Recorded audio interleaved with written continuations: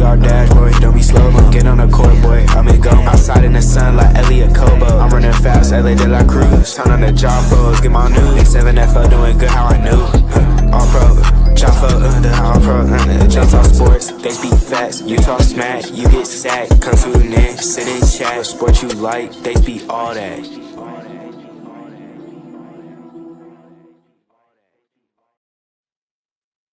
Hey, yo, ladies and gentlemen, welcome. We back. I know it's been a little bit since we've been on, but I had to take care of some things this last week and a half or so since we've been on, but appreciate you guys for joining on. Welcome to the All-Pro JAFFos, the highly elevated sports talk for the highly elevated sports fan. I'm your host, JP. Alongside me, as always, the greatest DJ on the motherfucking planet, Mr. DJ Man Sticks. Well, After his nice set on the radio today, Indie Vibes with DJ Mad Sticks. Got quite a bit to talk about. There's a few things that we got to get off our chest for certain things, but then obviously this weekend the quarterfinals of the A7FL playoffs, and what would it be without bringing somebody on, especially an old friend and one who's become essentially the troll god of the A7FL. Ladies and gentlemen, welcome from the Silk City Animals, Mr. David Tender. How are you, sir? I'm good. How you guys doing? Doing well, doing well. How is the ankle, first and foremost? Oh man, it's feeling real good. You know, it was a long recovery though, but it feels real good. Back to maybe not 100%. It's very rare that, Not 90, especially like going to the 80, playoffs, anybody really is 85, 100%. 90. But it's a rematch of essentially what was a bit of a surprising ass whooping to some, to anybody who wasn't on the Animals team earlier in the season. But you guys got the Watchmen coming this weekend. We know it's going to be a battle. We know playoff football is always a battle in the A7FL. How are you guys looking? How are you guys preparing? And how do you guys feel going into this round 2 quarterfinals of the playoffs? We all locked in. Everybody's healthy now. You know, goals come back this week, so everybody should be there. Just another game for us. You know, I think we all know where we're trying to get. But I like I said, I don't really think it's a tough game now offensively for us. But you know, we all ready. We all know what got to handle. But we all know the Watchmen and what they're capable of, especially in these situations, because they've been here plenty of times in the Elite 8 and Final 4. So we don't want to take them lightly. But you know, it's me. So there's a confidence factor of the slightly arrogant, but it's a little confidence as well to it. But I mean, it's been a crazy season. A lot of ups and downs all throughout the league. The last, I think, 2 weeks, I think it was for the regular season. You had been out, especially after that fight against the BIC. Yeah, it's been a hell of a road for you guys. What were some things? I mean, we talked at the very beginning of everything. You had pretty much a vision on how things were going to go, and it pretty much came down to that. So you guys are now, I believe, the 2 seed.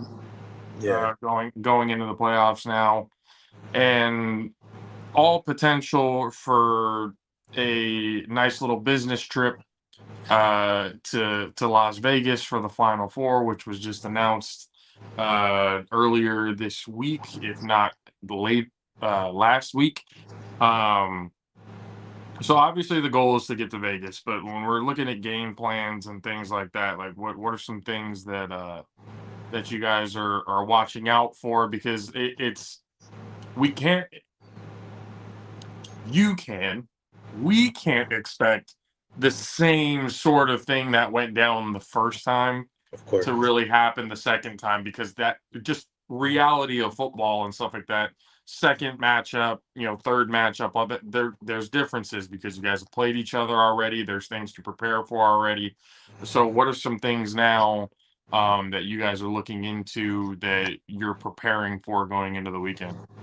Well, we're more preparing for like a more aggressive Watchmen team. Offensively, I think they do the same thing. They have two great quarterbacks. So I mean, we're just preparing for them to be more aggressive. It's not much more that we can prepare for. It's going to be obviously a new look probably out there for them defensively. So uh, just watching over their games throughout the season just to see what we might face this time because last time is definitely not going to be what they run this time. So but the number one thing is definitely just the aggressiveness because they are very aggressive and they're going to come out even more aggressive, especially having Ricardo and EJ back. So that's a big plus for them. So we're definitely trying to figure that out. Yeah, so I mean, the shit talking has been just entertainment, really, for what we've seen, or at least from what I've seen the last few weeks leading up to this. Obviously, people from the outside looking in will go, "Oh my God, these guys like the amount of shit talking." You would think things are being taken personal, and it's definitely not that. It's a lot of it's that playful shit talking banter and stuff like that, but um the Watchmen are obviously having a different outlook going into this week. And for that preparation, for them to kind of go up against, the high powered offenses you guys have, pretty much established throughout this season, the defense has been, a lot better this season. Some hiccups and stuff like that here and there, but, nonetheless, the defense is definitely showed out. Um, ha- See, this is what we like from the comments. How do you solve for Cardo if he's actually playing Um, this weekend? well, we know what's his strongness and what's his pros and his cons. So um, I don't want to put it much out there, but well, we already kind of game planning around that. But at the same time, we're also game planning for others because we're a high pace offense. We all move, so at the same time they might try to put more skill out there. So we're kind of preparing for both. But if Cardo's out there, we got a game plan for that. So yeah. Always got to prep. Always got to prep, and film study is big in all levels of football. Regardless of whether it's the A7, the NFL, UFL, whatever it may be, film study is always big. So you guys have had 2, 3, 4 weeks really to kind of get prepared for what's about to happen. Do you expect anything different from what you've seen on film? Is it there are some things that obviously you guys have seen film, you guys have played against them, but you also have to keep in mind for things that you haven't seen. So if there's some things that you guys have been mentally preparing for situational things to be aware of as soon as Sunday comes around. Um, just them blitzing more. I think they were going to try to put more pressure on me because of the ankle injury. So that's the only thing we're really trying to prepare for. We kind of got it figured out on what we'll do in that case, but I still think our offense does the same thing. Like I said, I can run full speed with no problem. So um, I don't think it's going to be a slowdown of my ankle. I think that it's going to be a lot of trouble for their defense, like always. But at the same time, I don't like to overlook them. But I do think that I like. No, I think our offense is unstoppable. But I do like them boys over there, and I do think they are a very respectable and aggressive team. O line, god damn it. Let's do some work this weekend. We also got another question. Mr. Matt Ryan himself. How big is the loss of Jay Rolla going into Sunday? Uh, it's weird, Roller was a good asset to the team, and it was just unfortunate that he did what he did. But like, I don't want to down talk him on a podcast, but it just didn't go the way it wanted because of selfishness and just not dedication. So that's all. It's a loss, but I think we can replace it. I mean, it's always got to have that next man up mentality, for Yeah. sure. Obviously, it sucks. You would rather it not happen that way, but things happen the way it happen, and you got to kind of move on and go from there. Mhm. I need to ask this because I feel like this has been practiced, at least by you, where you had some sort of inspiration from somebody. Um, were you always this much of a troll? Nah, I used to be quiet. I used to be quiet, bro. I always used to be real quiet, but um I don't know. So just coming in this league, I just felt like it was somebody had to spice. It was just too quiet when I came. I'm like, well, none of them can really stop me or do anything. So why not troll them? Like I troll them and go out there and put 50 on them, and then I'm gonna come right back and troll again and troll again. So it's like, yeah, I was really quiet. Like throughout high school and college, like I really wasn't much of a talker or just even just a troll. So it came out of nowhere. I think it really came from being around my friends a lot. Like my friends just troll, like so it just let off on me. Teammates brought it out of you a little bit because it was one of those things because I had thought the same thing like, oh no, Dave was pretty quiet, and especially when we first talked to you at the beginning of the season, we definitely got that feeling of that humble, silent assassin almost type of thing. But then as the year kept going, you just kind of came out of that shell a little bit, and it started not just after the game, but now you're going live during the game, which I think is disrespectful as shit. Because I think you should expect another live this week. oh, we expect it now. Now, as soon as midseason happened, it kind of became because it almost became a trend now Yeah. that you started because now not only is it you that's doing it, you got guys on the West Coast, especially with the Insomniacs, doing the same thing. It's almost like you guys are trying to out troll each other.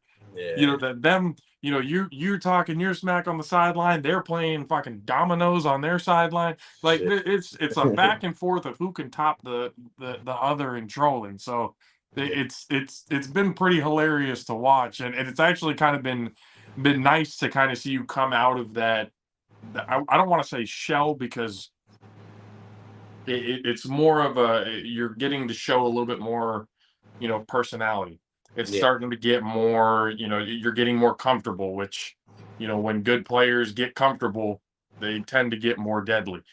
So it's one of those things that you get. You got fans. That's KP. That's Yeah. yeah. That's yeah. But like, so this year has definitely been, especially for the animals, it's historic all around. This was a team that we've already talked about that, in the past have not necessarily had a whole lot of buzz around them and a lot of, just it was kind of one of those. I mean, Big Rob was on the show and he said of one thing about the animals, they may not have had like the winning seasons, but they were always kind of a tough outing. But now you guys have kind of stormed in and put a foot down and planted the flag going, we're here. Yeah. And how do you guys, especially from here, regardless of the outcome of how the season ends, playoffs, championship, however far it goes, recruitment wise, trying to keep the team together wise, like how big of a priority is that for you guys in order to be able to keep this type of buzz around the team? Well, that's always the number one plan is to keep everyone together. We all got a good core. We all are pretty close outside of A7. So especially our young guys, a lot of us are very close. I'd say about 95% of us are always with each other, either at flag or just hanging out. So that's always going to be the core. We're always going to be here. It's just about adding new pieces every year. We're supposed to have more guys this year. From Philly, but it fell apart. But we're just going to continue to get better. Everyone is coming together. Everyone kind of understands the commitment and the plan. Obviously a championship, so we know it can't be about just you. It's a team thing. So everyone kind of accepted that this year. A lot of guys that started before or just got a lot of playing time, they kind of just knew to accept their role, and that's what was great about the team, and that's what's going to keep the team together. I mean, and I hope so, because I mean, I've always said it, especially throughout the season. The more competition throughout every division, the better the league looks. Yeah. And KP wants to know who your best friend is. Nah, yeah. KP. That's like my brother. Me and him grew up together. It's crazy because we played football like together for like Little League. Then we were supposed to play in high school, but then I transferred. And we went to college. We played together. Like we just been. Yeah, that's like my best friend, my brother. You got your answer, KP. There it is. Yeah. But we've talked obviously with the Insomniacs, and one of the monikers that they have is, especially for Munchie, is their friends are just better, or go out and get better friends. And mostly because of the fact that that team outside of the A7 is with each other flag, damn near 365. Mm-hmm. Scooter and Munchie have almost a husband and wife relationship. Mm-hmm. That Munchie will laugh at that one because he knows what I'm talking about when I say that. But like that type of camaraderie, I feel like, is very big when it comes to building a good squad, building a good tight knit unit. Do you guys plan, especially, after the season's over, do you guys have any plans when it comes to, kind of keeping, whether it's more flag tournaments or whatever it may be? So Quan, and me, Ghost, and KP, we all actually already play on the same flag team. We've been playing together for like 3 years together on the same team. Zay, the tight end, we play in the same league, but sometimes he play with us. But that's another player we grew up with. So it's like, we always with each other, regardless. Like either if it's working out in the gym or in the field. A lot of the Philly guys, like a lot of them, we either playing against each other or we're just competing with each other. So going into the off season is definitely more of trying to get the team together, even if just like some small flag tournaments. But we're definitely trying to build more of a core and a complete brick solid wall going into next season, because you only can get better from here, So Yeah. I mean, that's how much have the veterans, as well, the Santista Bond brothers and everybody, how much have they played a part in, kind of helping to build that camaraderie? I mean, I know you guys have been with each other for a little while, but obviously without, some sort of veteran presence, things don't tend to click as often. So how much have the veterans been able to kind of help y'all out, in the league this year? so they going into Brian, our owner Brian. He's like the mean guy, but the soft guy at the same time. And going into the season, he always just makes sure that everyone is relaxed, but he also bring that fire out of everybody. Um, Joker, tight end, uh, he just try to make sure we're always level headed. He show everybody a lot of love, and like that, that brings everyone together. When you can feel that love from veterans, that's just like a different type of vibe. And Jair, our center, uh, that's like another guy I got very close to in like the last 2 seasons. I talked to him on a, like an everyday basis. I talked to all of them on pretty much everyday or other day basis. So like just going into the season, like it wasn't about, like I said, like a lot of them started, a lot of them got more playing time or whatever. Like some of them might still start, but even like Macho, like guys that don't really play as much anymore, like they still are there leading the younger guys, and they are on the sideline cheering us on and making sure that we go out and compete our best. So they definitely played a huge factor into the season, I would say. That's good. No, that's always good to hear, because there are some times where you get like it's especially for lower tier teams, ones that are still trying to get when the vets and the young guys just can't seem to get it together don't mesh well. Things tend to go back and forth, and it just doesn't end up boding well, regardless of how much talent you have on the team. So having the vets being able to be at least a positive presence in one way, shape, or form, And, always a good thing. yeah, and another person I forgot to shout out, Richie, our offensive coordinator. Richie's been getting a lot of shit this year. Yeah, Richie's been getting a lot of shit this year. Yeah, I just wanted to shout him out because, a lot of people criticize him for his play calling, but I called a lot of my own plays. I called all my own plays last season, but he came in and 99% of our plays are called by him, and he do a very amazing job regardless of who he has on offense. So he definitely played a huge role because going into the season, I wasn't too sure about having him come in and take over when I'm already doing what I was doing. But I trusted him, and he's led us pretty far, and we're looking to continue that for a couple more seasons after this too. That's good to see. That's another thing that's good to hear. Even bringing like outside, being able to have that to meld together, is always a good thing. Even with the unsure, uncertain about how things are going to go. Obviously, this season has shown a lot about how good that he's been. Again, he's gotten so much, throughout the year, whether it's deserving or not. He's been the proof is in the pudding. It's the records are there, the numbers are there. You can't really deny it. So and the people have been giving him shit about his playing days, but we're not talking about the playing days. We're talking about what he's doing now, and what he's doing now has been helpful, to say the least, to what you guys have been doing. It takes a little bit of stress off of you as well, not having to worry about that aspect of the game. Going like, well, shit, okay, now we need to do. It's just a little bit of extra weight that you don't have to carry. You're delegating it out a little bit more, which is a good thing. So you guys have now. You basically you have done what I predicted was going to happen. You guys have one loss on the record. That was it. Hard fought game against the BIC. I still think we would have won if I didn't get hurt, but that's just got to take that loss on the chin. But it's part of the game. Shit happens. Obviously things would be different. Things could be different. But could they have been? We don't know. Yeah. For you, obviously, exactly. yeah, it would have been different.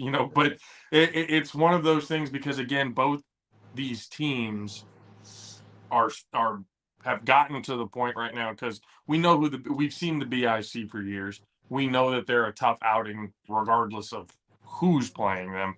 But for you guys these last 2 years to be able to really kind of show them like we're here and we're not going anywhere, you need to worry about us, forever now. You know what I also think plays a role into those games being like that between us and them is that we going with no fear of them. Like we don't look at the names and who they got and like, oh my God, they got this, that, and that.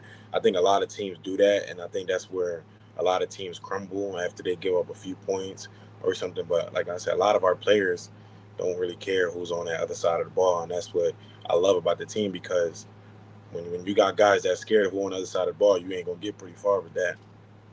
I mean, especially in the game of football, if you have any sort of fear for who is lining up on the other side of you, that is going to cause a problem. It is not going to end well for you because by that point, they've already won. If they're already inside your head by that point, it's already done and over with for you. So that having that no fear aspect is very key, especially when you have vets that have played against them forever. They know exactly what they have to be able to kind of get to the younger core, and even the younger core. I mean, you guys, we can already tell there's no fear with anybody else, even it being your second year in the league. The fact that everything has kind of gone the way it's gone, kind of is a testament to how much the team has grown in a very, very short period of time. But one of the questions, and I asked you this, before, but I have to ask it again. I think I know what's coming, but I want to hear it. Go ahead. Well, I mean, what's coming? What's coming? Is it about the Insomniacs? Not really. Nah, it's sort of kind of because it's more about the travel. Because right now, like especially now, the midway season to this point now, the conversations have been, what's going to happen. At one point, we thought the championship was going to be in Vegas.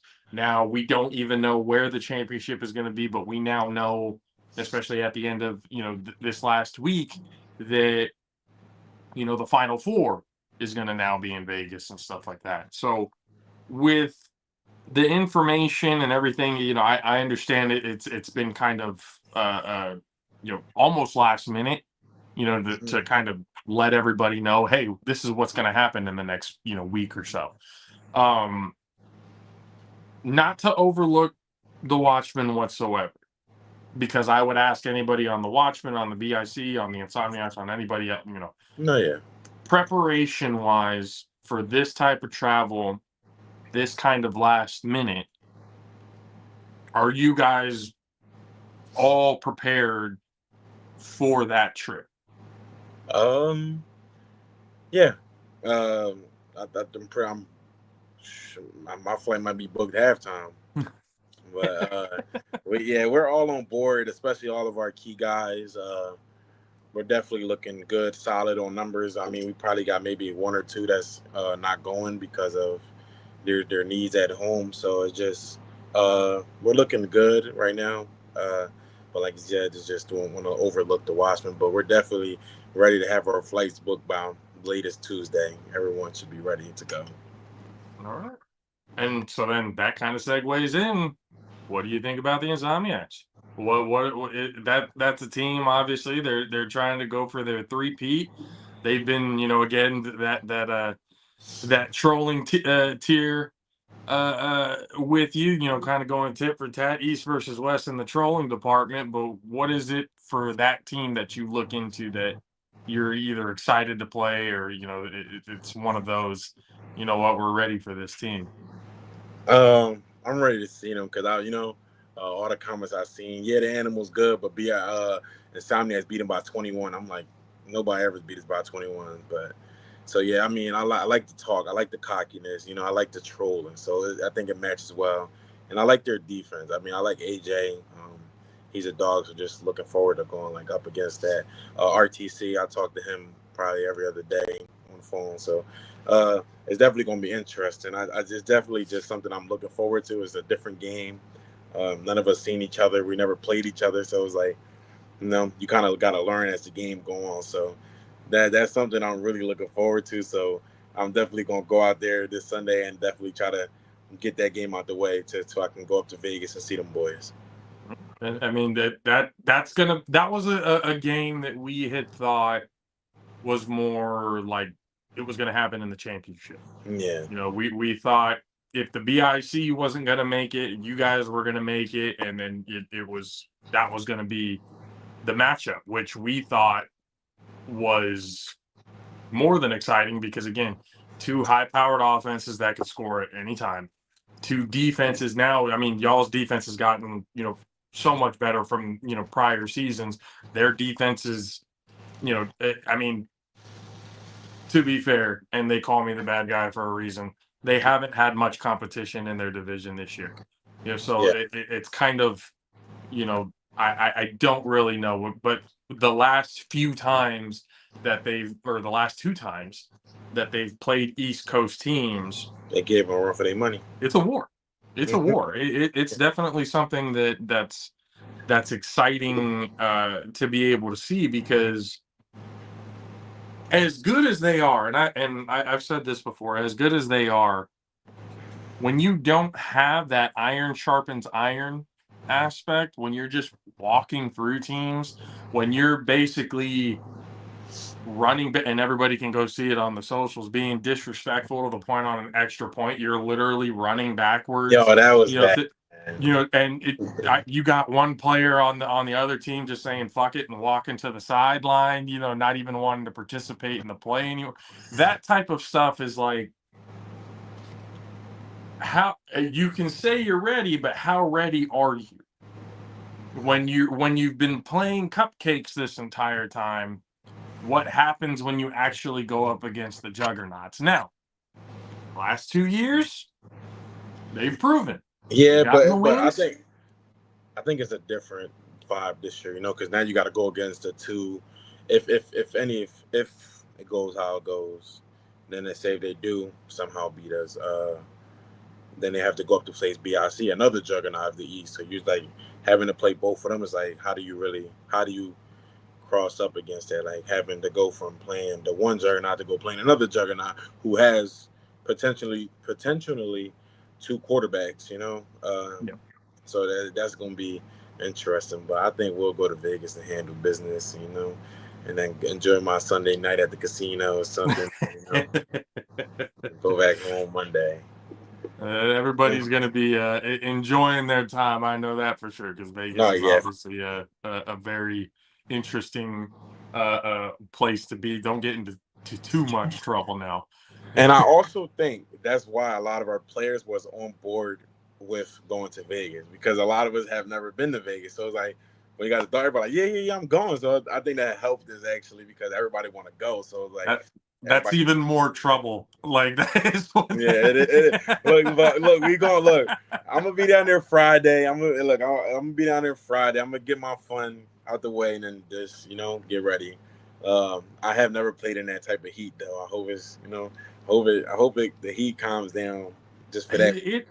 And as far as I know, it's not. I mean, during the championship, it was when it was in Bullhead, Arizona. Thank God It was the indoor. game was indoors in an indoor stadium, because I don't know how anybody would be able to participate in 125-degree weather. Yeah, that's just crazy. That is not the business. When we pulled up, shit you not, looked at the temperature, it said 135 when we pulled up. I get out to make a phone call and my phone got immediately hot in my hand. That's crazy. Like now Vegas is a little different. It's still hot. Let's not dismiss that, but I don't think it's Bullhead City, Arizona hot. So you guys might be a little bit better, but I mean, especially man. Well, y'all got more of like the dry heat, like compared to like us. We have like humid heat. So yeah, that's definitely gonna be interesting. We're definitely gonna have to keep the water and everything like that full, for everybody, because that's definitely an aspect when you're playing in 90 to 100 plus degree weather on a turf field. That shit sucks. Yeah. And luckily it's not in pads. So God, that would have been even worse if it's been padded football. Yeah, man. I've been through that.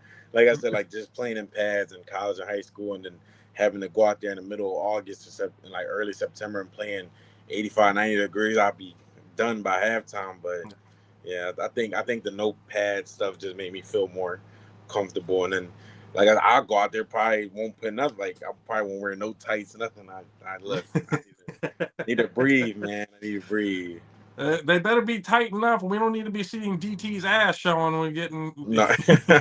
We don't need none of that. No, yeah. We got our new uniforms. They hold up pretty well. We got some actual football pants instead of compression shorts now. So yeah, it's gonna be way tougher, because I've probably went through 3 shorts this season. So yeah, I'm done, man. I had to get the pants. But what was I about to say? I definitely was about to say something. I definitely forgot. Yeah, no worries. But DT, again, man, it's awesome to be able to have you on. We'll definitely be able to talk more with you. Once the playoffs are, hopefully, at the end of the season, we'll see more of you going into next season and stuff as well. But obviously, it's been awesome to be able to have you on this year. Good luck this weekend. Keep the ankle healthy. Keep everybody else. We never want to see anybody get hurt, so everybody stay healthy, stay strong out there, compete well, Yeah, and hopefully we'll be able to get to see you guys out here in Vegas, for, pretty soon. for sure. Yeah, that's what I'm about to say. I'm really hoping that well, not hoping. I can't wait to meet you guys in person. You guys are all seem like very cool people, so it's gonna be interesting just to meet the other side of the league. So definitely Oh looking yeah, forward yeah. to it. So We're gonna try, because of it being as last minute as it was. mhm. We're trying. Yeah, I can't guarantee anything right now, but yeah, definitely going to be able to try to get out there to be able to meet, everybody that we got a chance to do that in Arizona when we got to meet Matt and Big Rob and everybody else like that, and that was a great experience. yeah. So hopefully we'll be able to get out there to be able to meet more of you guys, and if not, again, there's Always, yeah. we ain't going nowhere. So at some point, we will all be able to, sit around the campfire one day and be able to talk stories. Mhm. It'll happen at some point. But David, once again, appreciate you, sir. Good luck this weekend, and we will see you again soon. Thank you, guys. I see you. All right, ladies and gentlemen, Silk City Animals quarterback, Mr. David Tender, one of the troll god in the A7FL right now. But, but yeah, no, because it was a little bit last minute. It's one thing, I know I've discussed it with Mad Sticks. EJ has been busy as shit, these last few weeks and stuff like that too. So it'll be difficult. We'll see if we can make it down there, but we'll yeah. Again, the timing of everything, the information as it came in, it made things a little bit difficult for us because we are out here in Sacramento. That's what, an 8-hour drive out to Vegas, something like that. Hey, shit, we might just have to drive out there and just go to the game instead of that Friday, Saturday. Just go for the day. Head up. I was say head up Saturday night, come back Sunday night. Yep. Yep. We'll see what happens for sure, because I mean it's definitely, and I talked to Matt Ryan a little bit you know today, asked him if they were going to be down there. They're not, unfortunately. Him, Big Rob, and the rest of the Corey Hammond, the rest of the production crew of everything are not going to be able to be down there for the Final Four, so that kind of sucks a little bit. But again, being able to kind of see everybody, Derek, Duncan, Dub, Chris, everybody else like that we've been able to hang out with it and see, we'll definitely again, we're gonna try. We'll try to figure it out, and we'll see what we can do. Um, but it's definitely something. Even if we don't make it, we're definitely going to be watching, and we're definitely going to be covering it. Like we've done every year. Um, so the A7FL quarterfinals going on this weekend, June 1st. You got the Animals taking on the Watchmen, the BIC taking on the Renegades, the Sick With It taking on the Hunters, I think it was. And then I don't know if the Insomniacs, but I think they got the bye week going in. I think they have an automatic bid for the Final Four, because I hadn't seen them on the schedule um, for the weekend. So we'll see how that goes. And then the Final Four, obviously, not this coming weekend, but the next weekend, will be held in Vegas. The number one facing the number two, in both aspects. But this time it'll be the number one West Coast team taking on the number two East Coast team, and the number one East Coast team taking on the number two West Coast team. So if things play out the way people are predicting, I mean, the West, we know who's coming out the West. It's going to be the Insomniacs, and more than likely, unless some miracle of God happens, it's going to be the Sick With It as well. So we're going to be looking at the Insomniacs and the Sick With It, and then the BIC and the Animals. But, and this is again, I'm not trying to overlook anybody or say nothing, because the Watchmen are very good. The Renegades are very good, but the Renegades did get exposed just a little bit in that close game in round 1 against the Crush. They were supposed to dog walk the Crush. All the talk, going into that game, it was supposed to be an ass whooping, 50 burger to nothing, that type of, QC Crush. Ohio didn't stand a chance. And the Crush almost crushed the hopes and dreams, of the Renegades. Had it not been for Kyle Ward, which I still say, to this day, uh, uh, the Renegades owe Kyle Ward, dinner, a beer, and a blunt is what they owe that man for keeping their, playoff hopes and everything alive. Zelly, Animals, Watchmen. That game, it's very interesting because again, we saw what happened earlier in the season. People were kind of expecting the Animals to win, but not in the fashion that they did. So playing a team a second time is always even more difficult because again, you've played each other already. There's do I expect it to be as high scoring of a game? Not really. Most of the Animals will come in here and like DT just said, that they will have all the confidence in the world, and I fully expect them to have all the confidence in the world to be able to go and put up as much points as they did, last time. But it's gonna be a hard fought game. It's gonna be one of those games that we're gonna be very interested and very excited to see. But it's just got to come Sunday. Again, no team should overlook anybody. But the confidence is always there in all of these teams. So it'll be. Uh, I do think the Animals will take care of business, but I do think it'll be closer. I don't think it'll be a 21-point victory, margin like it was last time. 3 scores. I don't think it'll be that. At the very, very most. This is just my opinion. Again, nobody has to agree with it. Everybody's going to talk their talk and do what they're going to do, regardless of what it is that I fucking say anyway. That's been happening all season long, regardless. But at the very most, a 10-point win, I'm thinking. If it's more than that, then hey, it's more than that. I'm wrong. I've been wrong before. I'm gonna be wrong again. That's fine. But it's here how the Watchmen have their suspended players back, but do those players and again, if they have them back, it does kind of make a bit of a difference.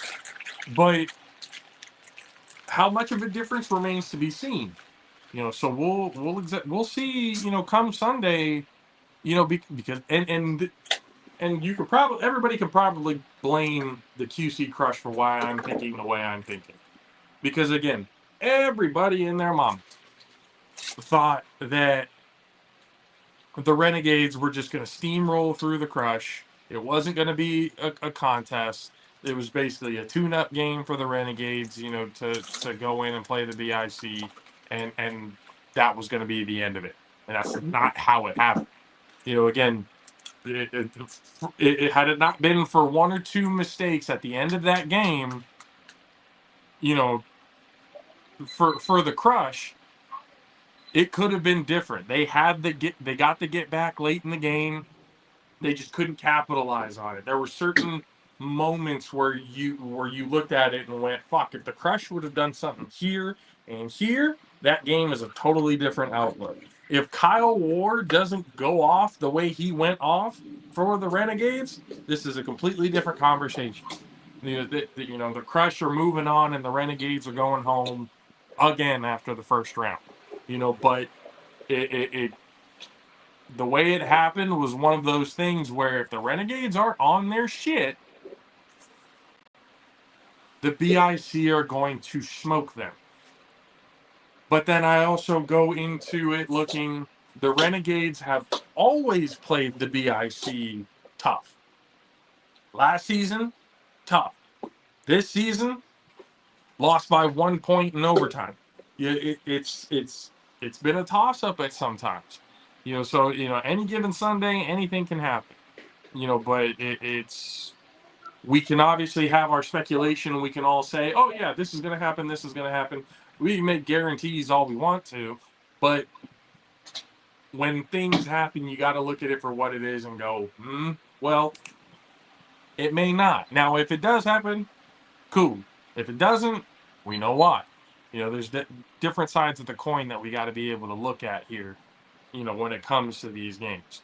Now, when I look at the West Coast games, again, and Zelly, I blame y'all for me not really, paying too much attention to what's going on the East Coast or on the West Coast, because again, it's when you're watching teams every single week get dog walked 50 points plus, it's not really fun anymore.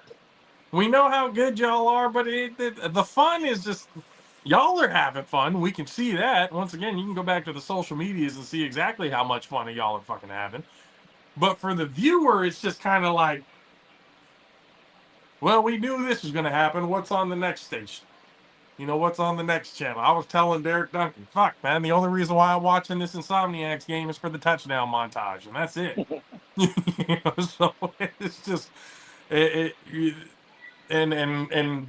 the East Coast games, these teams, again, have known each other, have played against each other, some with each other for such a long time that anytime these games happen, you don't know what's going to happen. You don't know how things are going to take place. So we can sit here and say the Final Four is already set. That shit can change on Sunday. In an instant.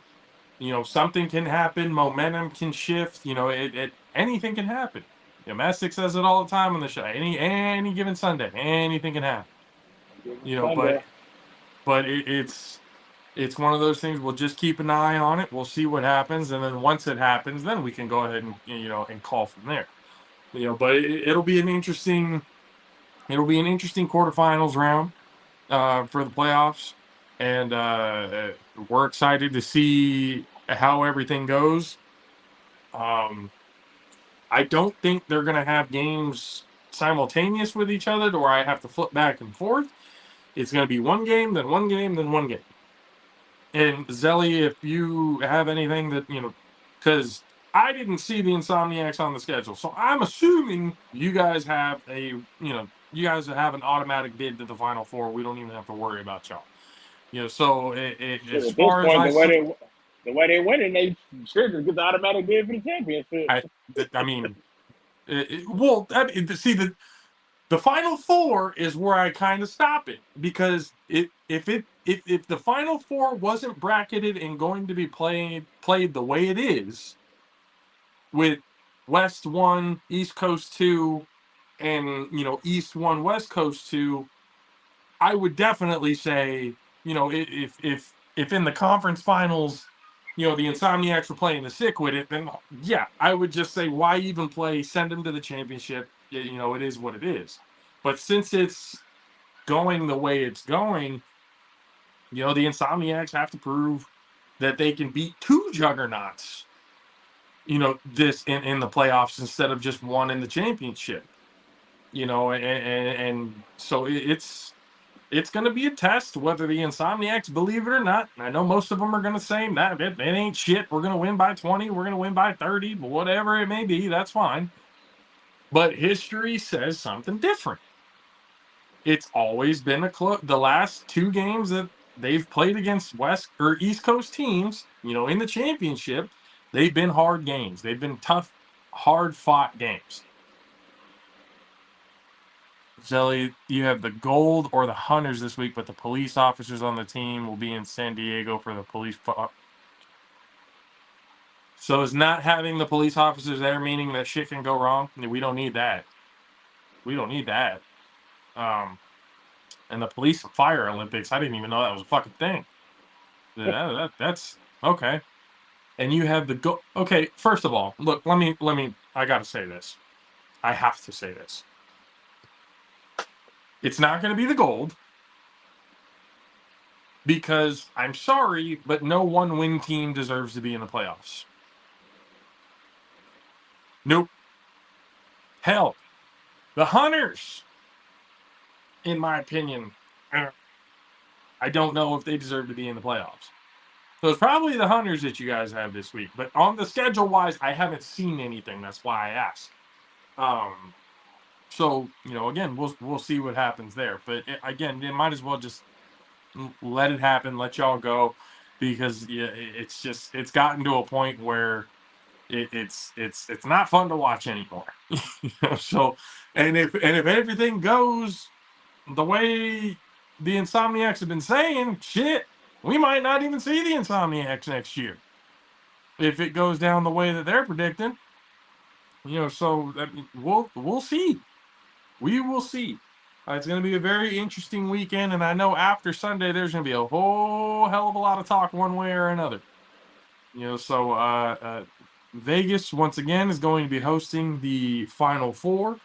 The East Coast coming down to the West Coast to be able to battle it out to see who will finally play and be the last two standing for this year's A7FL Championship.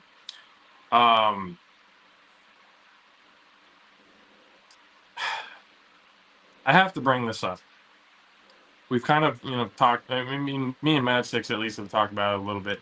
EJ, by the way, your Edmonton Oilers are absolutely just fucking rocking the Stars right Yeah, now. they throttling them. It's been a crazy series. They beating the heck out of them. How'd I tell you?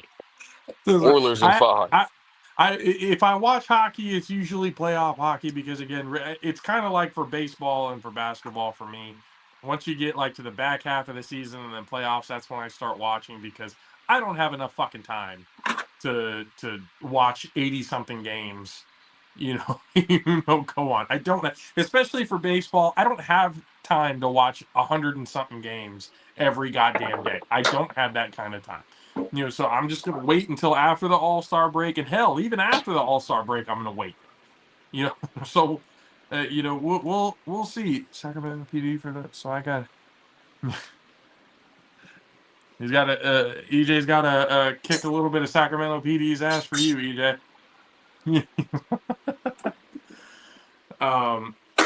But I Hey, yo, have to that's crazy. It's a I crazy have to comment ask right there. I A have to crazy ask comment. this. I have to ask this. There's a little bit of WNBA talk here. Matt Sticks, I know you were Don't get saying me like started. Don't get me started, man. Don't everybody. get me started. So as far as I'm, some people don't understand the hatred for Angel Reese, It's and valid. I still don't understand why people are comparing her to Caitlin Clark. They need to stop it because it's not even close. Not even. If we're going to have any sort of conversation about comparison, it's going to be Caitlin Clark and Paige Beckers. Those are the only two that we can compare to each other because skill wise, they are on virtually the same level. I'm sorry, but Angel Reese has been starting to bug the fuck out of me. Drink dog water. The me bounds are crazy. She had one game where she had 12 rebounds, 5 of them were on one possession because of all of her missed free throws and or block shots. Yeah, 2 points against the Fever. Maybe she's doing that shit on purpose, padding her stats. Oh, she is. Well, if that's the case, then it's a fucking detriment because the Sky are getting their asses beat by double digits every fucking game. They just got beat to the Sparks the other day. They didn't like they about to win shit anyway, so. I mean, you could pad your stats. We could talk about, Angel Reese is great. I'm sorry, I don't see the greatness just yet. I don't. She hasn't gotten any better from last season. Is she a rebounding machine? Absolutely, she's a rebounding machine. Sabrina Ionescu going crazy too. Sabrina's Yeah, definitely going crazy. you know what I mean? But all of this talk is putting attention away from people who actually deserve it, like AJ Wilson, on the Aces, who is in a league of her own. Nobody is at her level. It's almost boring how good she is compared to the rest of everybody else in the league. Can Angel Reese get to that point? Well, if she can stop missing shots from 5 feet or shorter, maybe we can have it. And they're saying that she's, I guess, a couple of points and rebounds away from being the fastest player to 500 and 500. Yeah, maybe that's her goal. But here's my thing. You take away all the me bounds, and we're not even having this conversation. Like it's we need to. She just had a conversation with one of the top 3 greatest female basketball players of all time in Lisa Leslie. And Lisa Leslie told her, you have to work on your fucking layups. And Brick Barbie looked her dead in the eye and said, but did nothing. Completely ignored it. Completely ignored it. Now, I also put blame on the Chicago Sky franchise because they haven't done shit to progress her either. They haven't given her the help or be able to mandate to tell her, hey, your ass needs to be in the gym. All this Met Gala, cover of Vogue, all this other shit, that's what the fuck ever. Who cares? You are more known for the fact that you are shooting less than 20% from 5 fucking feet away. I don't give a shit about Vogue. I don't give a fuck about the Met Gala. That's where most of the Illuminati does their fucking rituals and shit. I don't give a damn about that. I give a damn about what you're doing on the court. And what you look like on the court is just Dog nobody. water. I'm sorry. Like, again, I don't know where these bots and these people are coming from. Oh, you got to respect Angel Reese. You know, she's got greatness. She's great. This. I'm like, what greatness? Are y'all watching the same fucking film as I am? Because if you are, nobody would be having this conversation. She literally hitched her wagon to a meal ticket that is Caitlin Clark. And when she played Caitlin Clark, the only fucking thing that anybody can talk about was the goddamn take foul.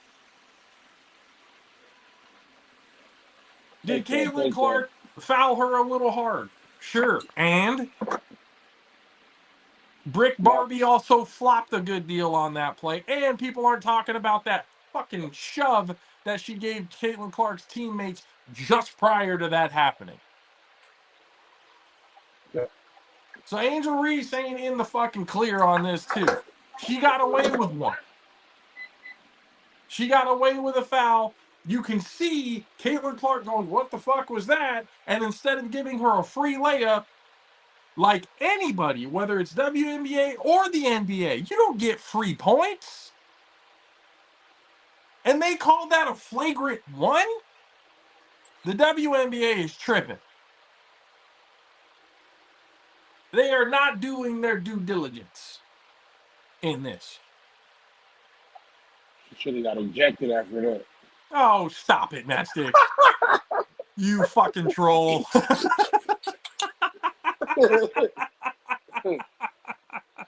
out of there. It's just, it doesn't make any sense. Zelly, it's all of this is, and I think I know we're talking about Cheryl Swoops here. She needs to fucking knock it off. Cheryl Swoops needs to go and sit somewhere and just stop. Now, what I see it as, like, everybody trying to not make it out as a race thing, but they making it a race thing. You know, as much as they not trying to do it, it is. They for real are. Yeah, because all the black girls against Kate. Look at Brittany Griner the other day. You know, it's the WNBA against Caitlin Clark. They got this white girl coming here balling. You got all these black girls that been in the league forever, and now you got this white girl coming here balling. And so, you know, they're not liking that she got all that limelight like that. nobody can tell me it has nothing to do with jealousy. No, I mean they got a lot to do with it. Because again, and what I find hilarious, and is I don't even want to, and again, one of the reasons why I don't want to make it a black and white thing, because it's really not that. We got to talk about it as a sports thing. Mm-hmm.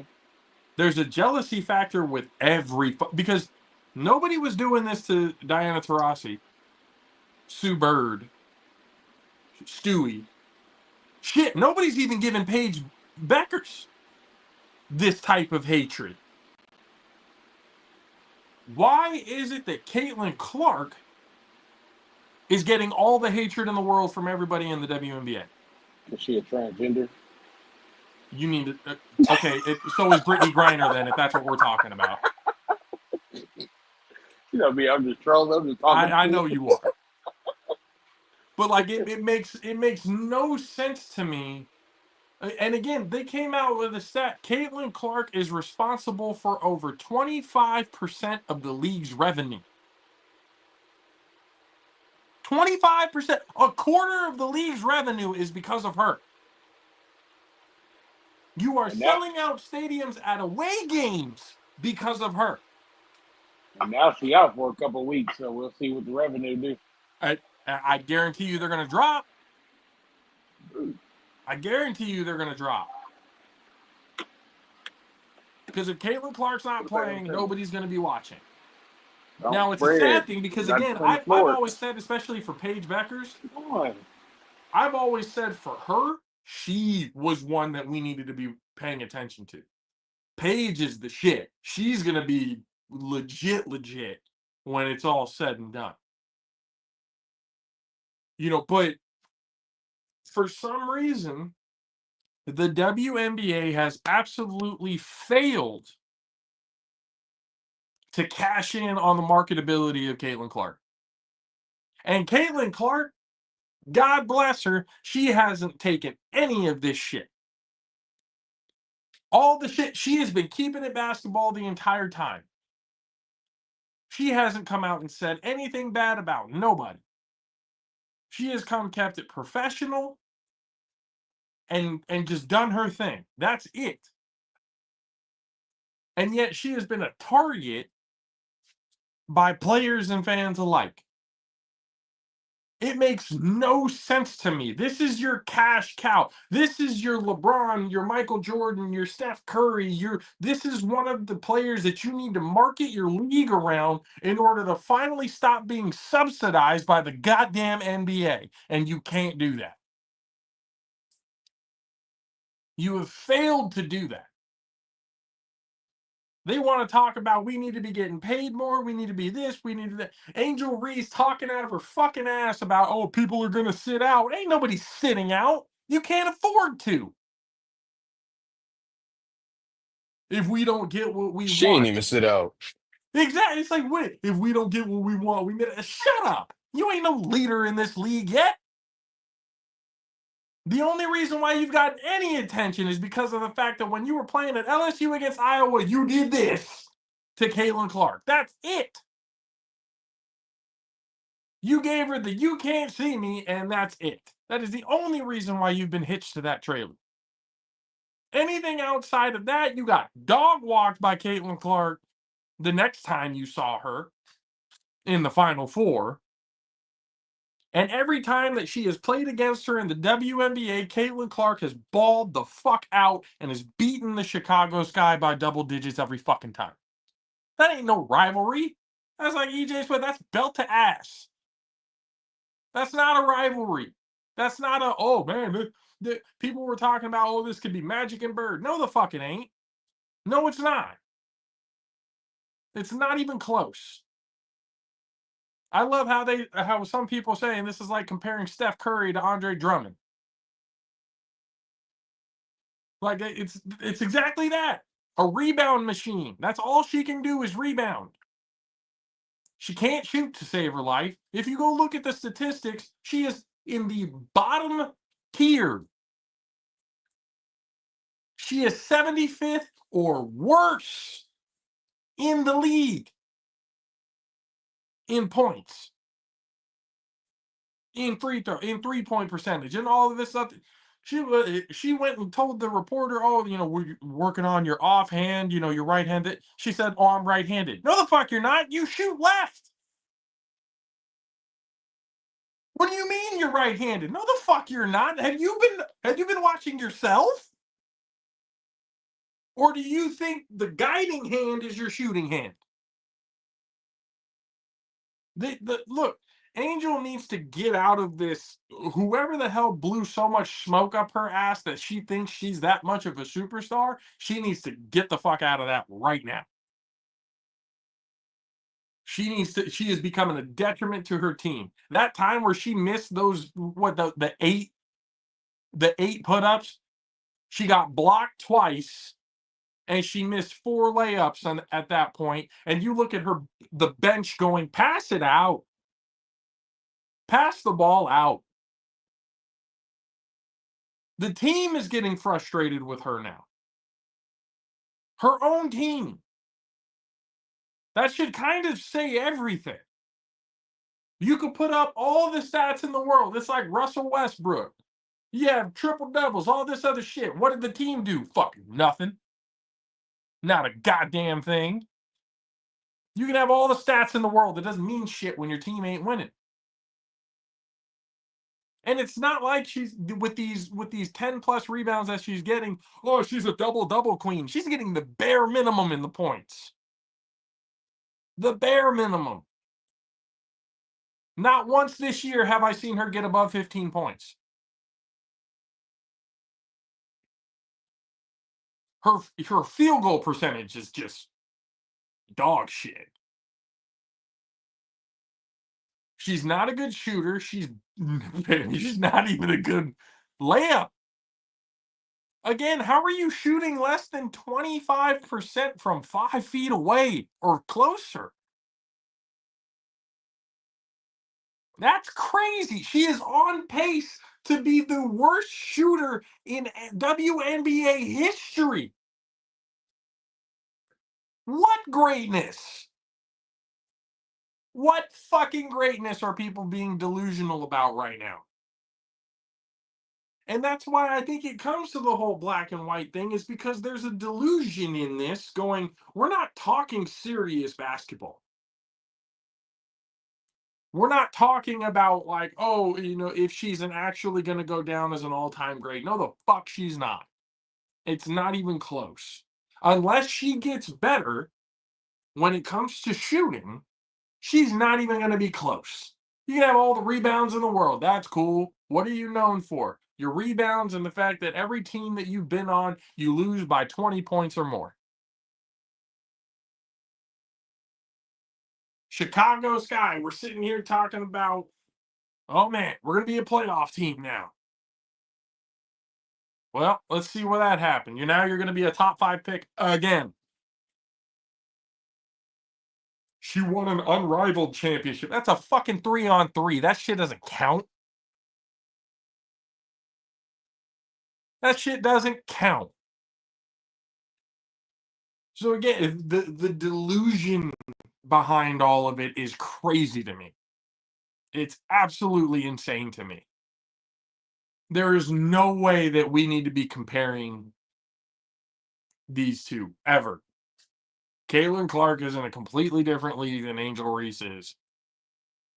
Again, you can have all the publicity, you can get all your model magazine, covers, athlete, you can do all that all you want to. But at the end of the day, what I see on film is hot garbage. What did Ari Spears say? Like a baby giraffe? Once you look at it, that's exactly what it looks like.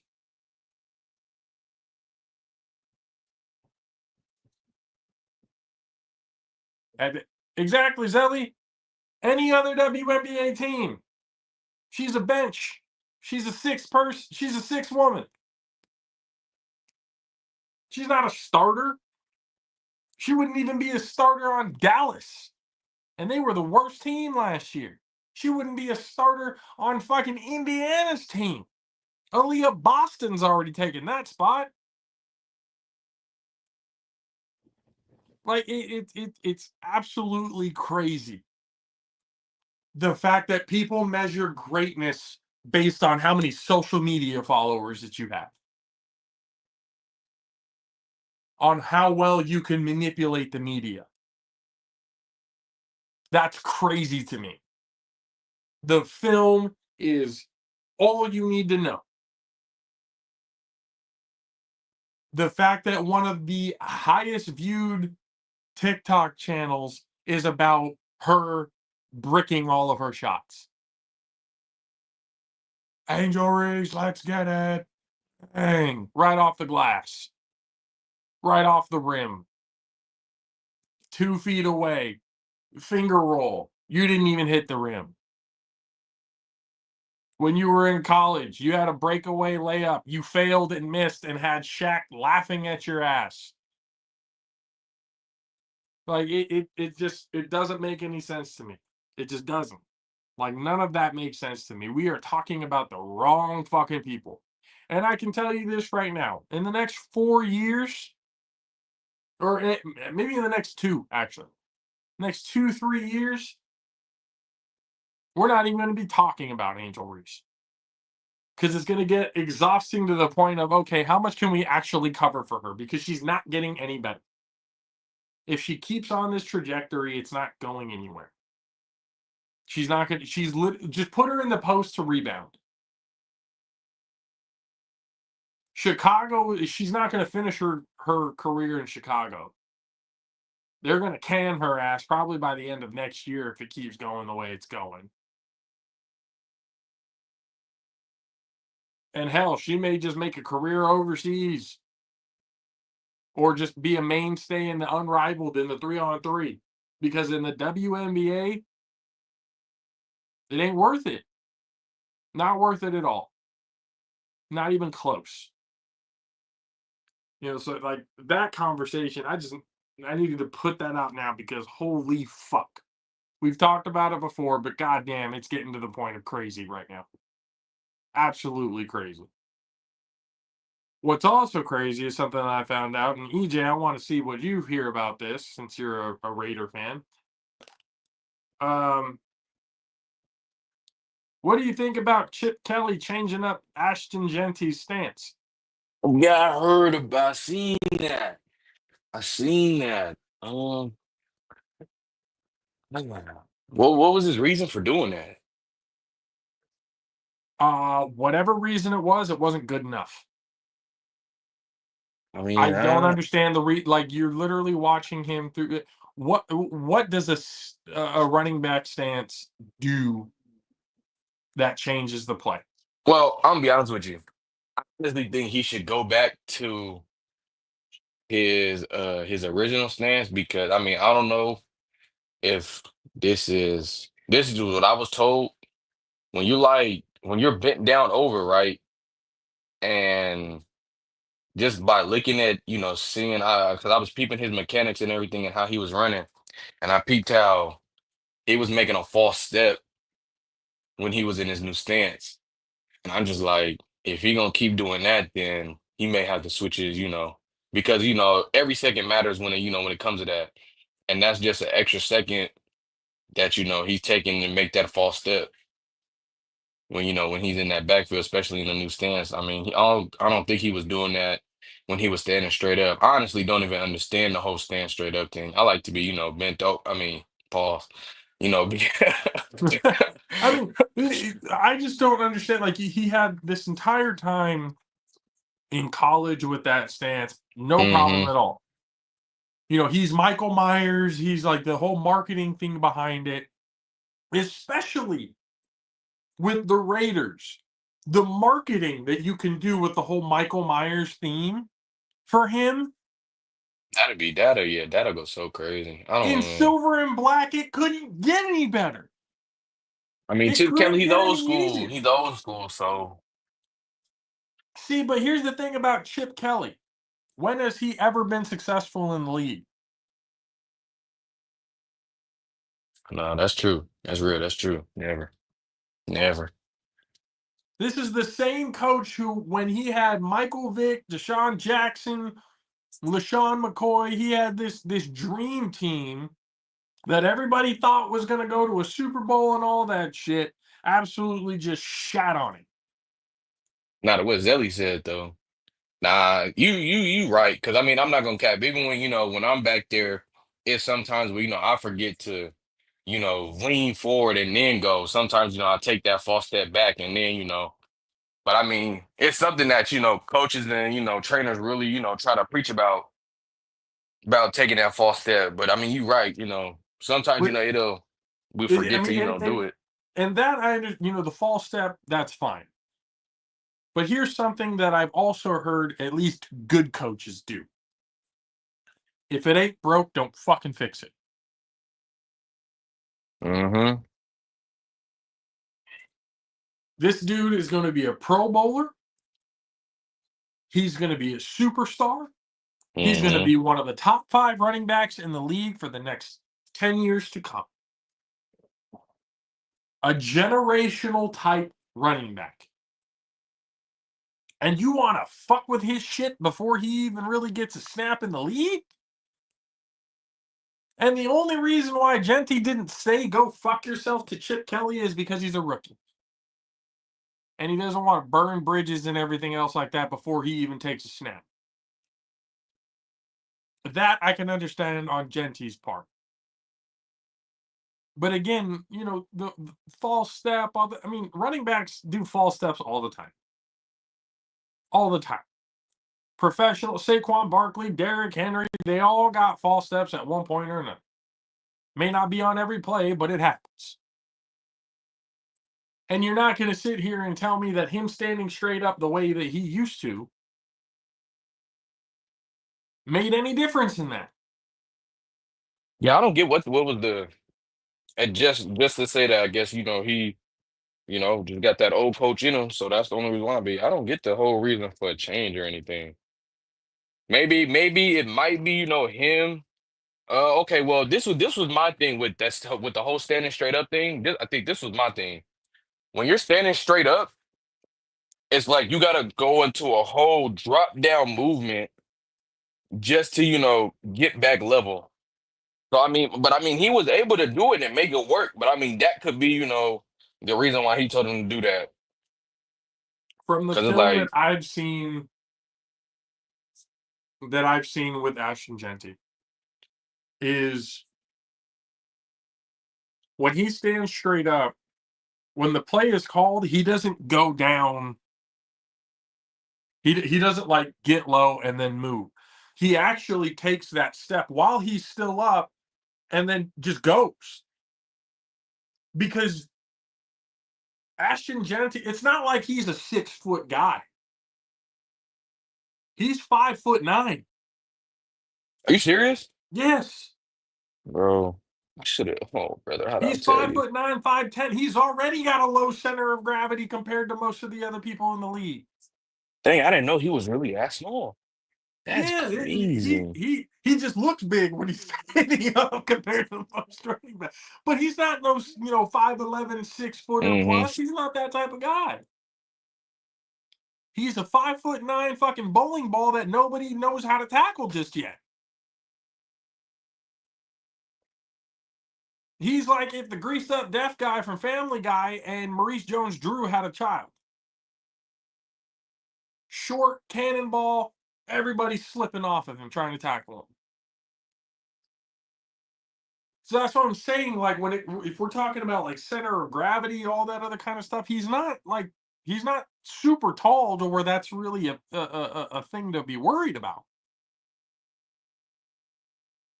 Even him standing up straight, he's at the same level as most other running backs are in a hunch position. Him standing up straight is probably the same height as Derrick Henry is leaning over. He doesn't have to worry about that low center of gravity because he's already pretty small dude. He's built like a brick shithouse, but he's a small dude.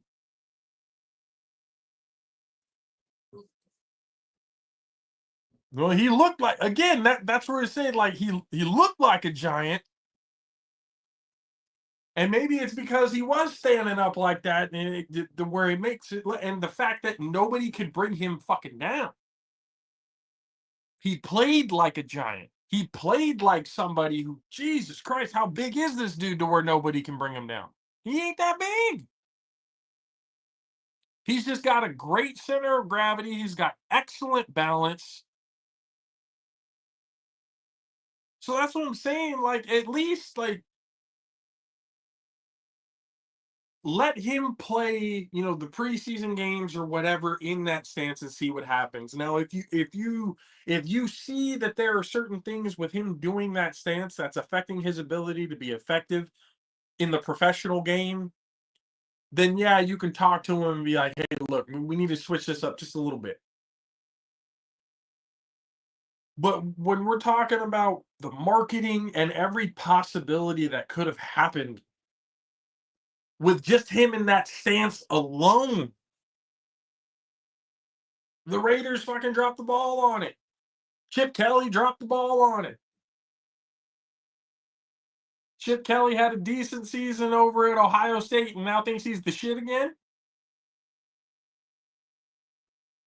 We just going to forget what you did in San Francisco? We just going to forget what you did in Philly?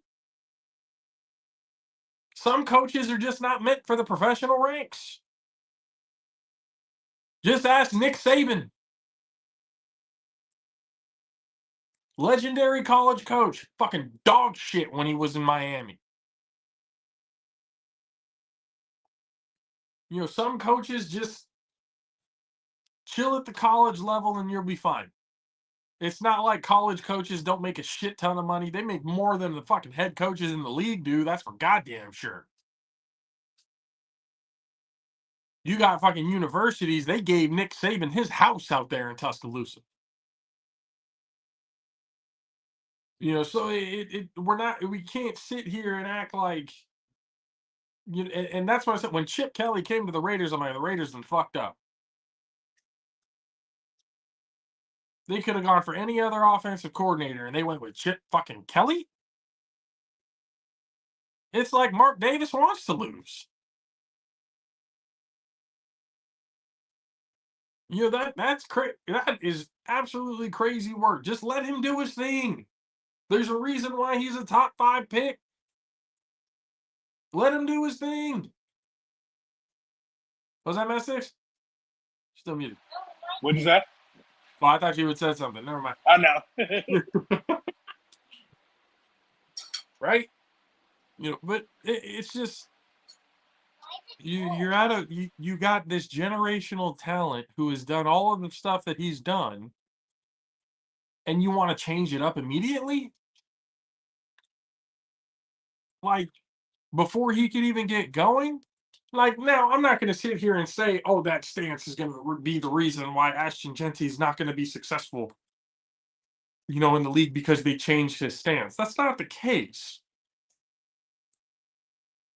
Mostly the gripe about it that I have is the marketing that goes behind it.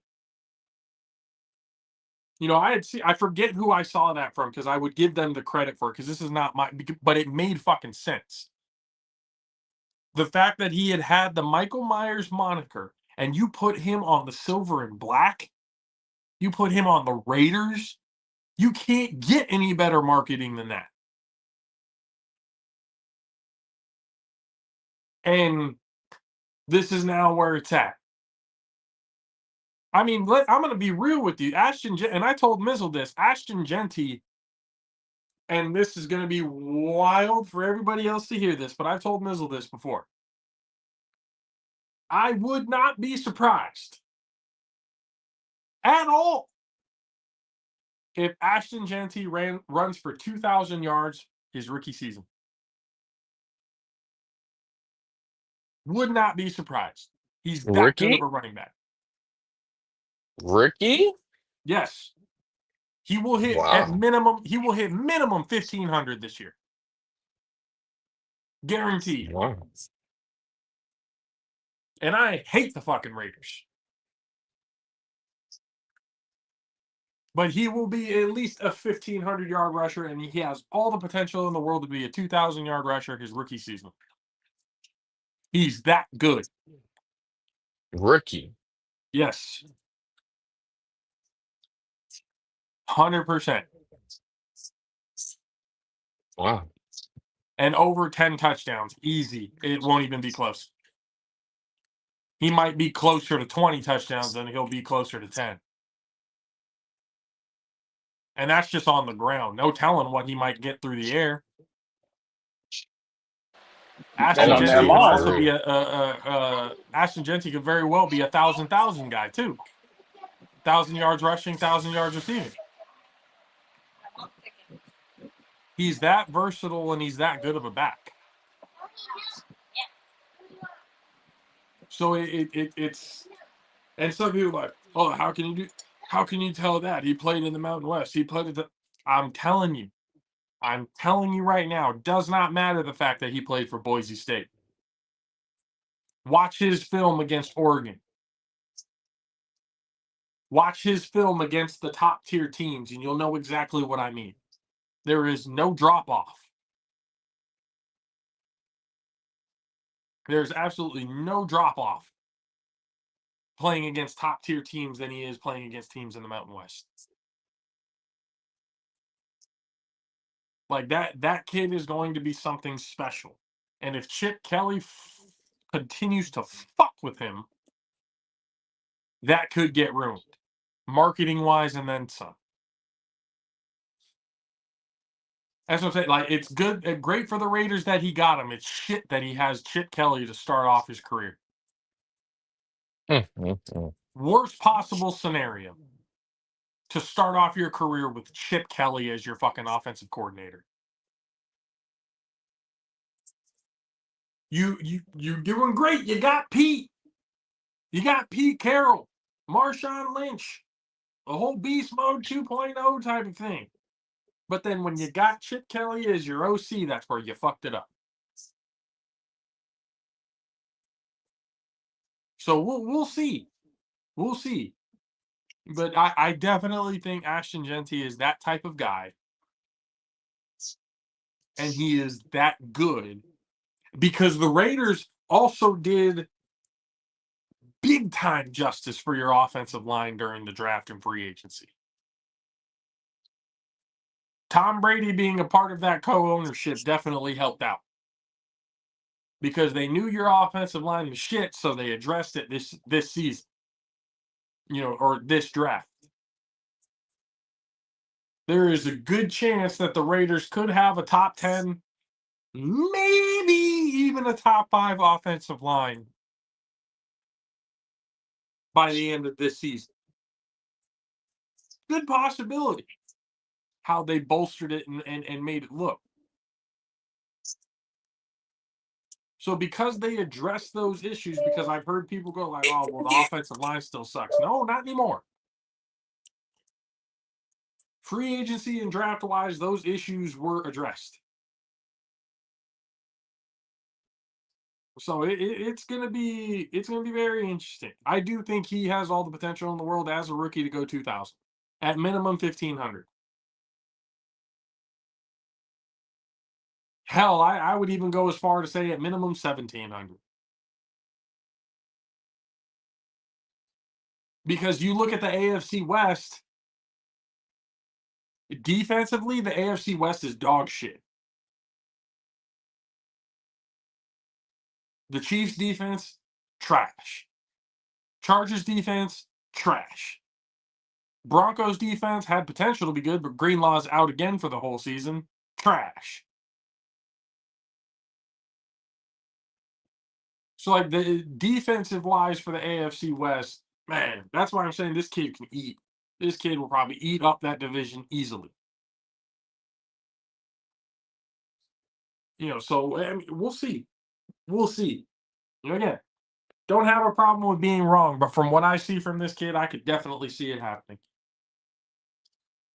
He's going to be a first team All-Pro, Pro Bowler, you name it. The kid is going to have all of it. He's going to be the offensive rookie of the year.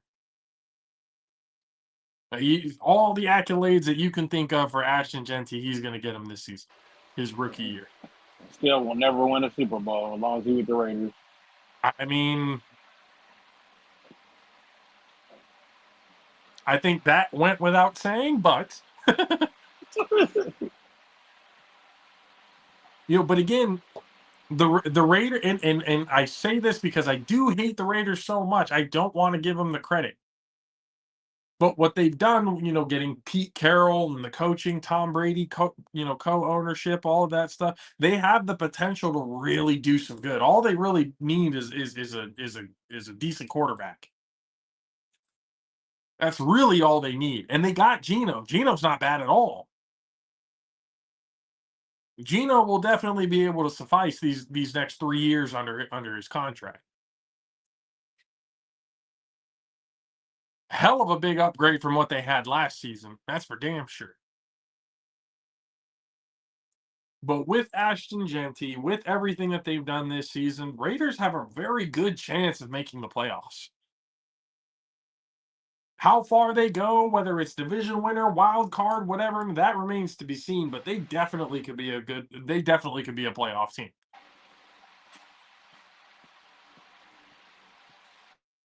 So that we'll see what happens. But once again, ladies and gentlemen, we appreciate the fuck out of every single one of you guys for hanging out with us on this Tuesday. Once again, sorry for a little bit of the hiatus. Some shit needed to be handled. It is good.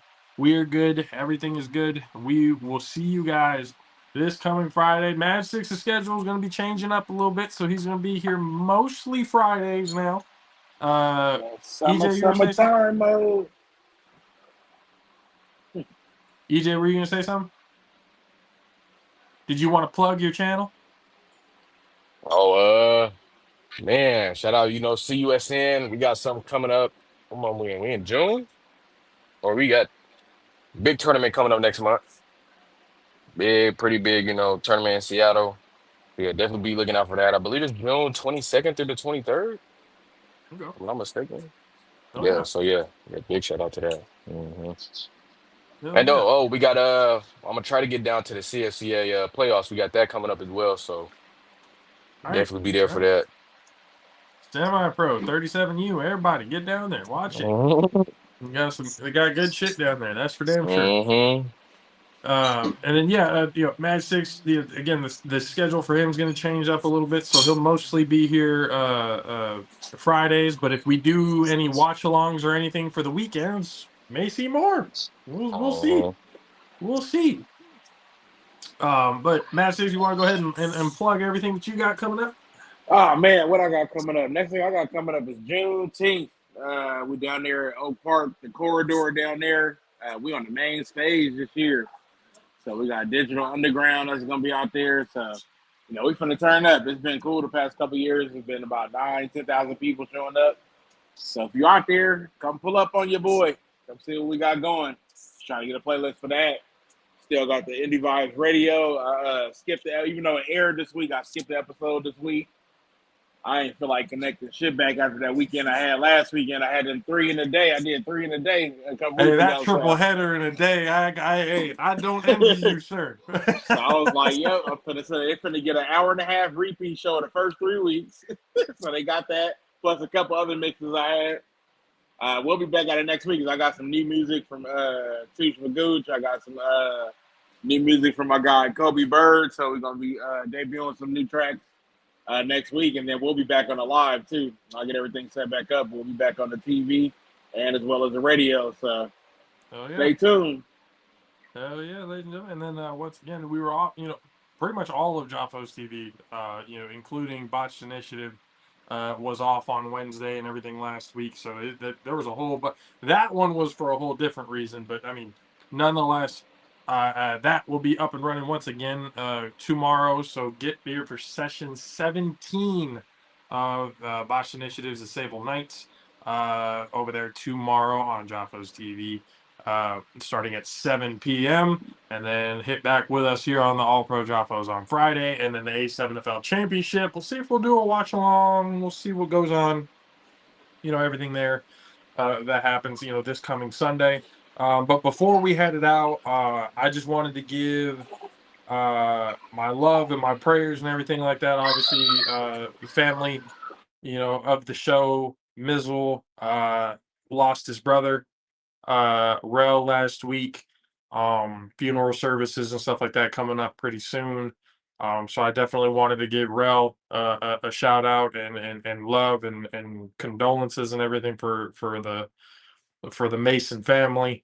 Um, I only knew him for a short amount of time, but for the amount of conversations and stuff that I had with him, I felt like I knew him for years. Very, kind soul, good dude. Um, Way too young, 36 years old. So that my heart, my love, my condolences and everything go out to the Mason family. Mizzle especially. Obviously everybody here on the Jaffos knows that Mizzle and Dub are also a big part of this show, family members and stuff like that of this show as well. We have collaborations and merch and all that kind of stuff with them, especially with a lot of the watch-alongs and things that we do. So I know Mizzle's been going through it, but my friend, you have our love and you have our condolences, and anything that you need, sir, just let us know and we got you. So just wanted to give him quick shout out, quick love before we headed out of here. But for everybody else, have a great rest of your week. Be good to each other, love each other, and we'll see you guys again come Friday. For myself, JP, for EJ, Wizzle the Prodigy, and the greatest DJ on the planet, Mr. DJ Man 6. We'll see you guys again next time. Deuces. Peace.